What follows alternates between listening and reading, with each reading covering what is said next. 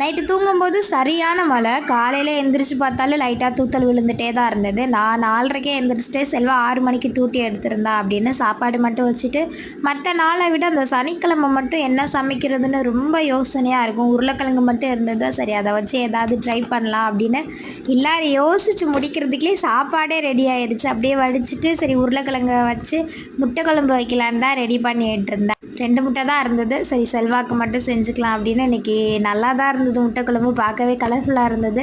6 மணி ஆயிடுச்சு. சாப்பிட்றியாடான்னு கேட்டேன். செல்வா ரொம்ப டென்ஷனாக, நான் 6 மணிக்கு யாராவது சாப்பிடுவாங்களான்னு கேட்டேன். குழம்பு நல்லா இருக்குப்பா அப்படின்னு சொல்லுவோம். சரி கொஞ்சமாக கூட அப்படின்னு சாப்பிட்டுட்டு அப்படியே பாப்பா கிளம்பிட்டு ப்ரேயர் பண்ணிட்டு வண்டிக்கு போயிட்டாங்க. அவனோட நானும் போயிட்டு பக்கத்தில் கடைக்கு போகிற மாதிரி இருந்தது. கொஞ்சம் திங்ஸ் மட்டும் வாங்கிட்டு வீட்டுக்கு வந்தாச்சு. நம்மளும் சாப்பிட்டுட்டு கொஞ்ச நேரம் ரெஸ்ட் எடுக்க வேண்டியதான்.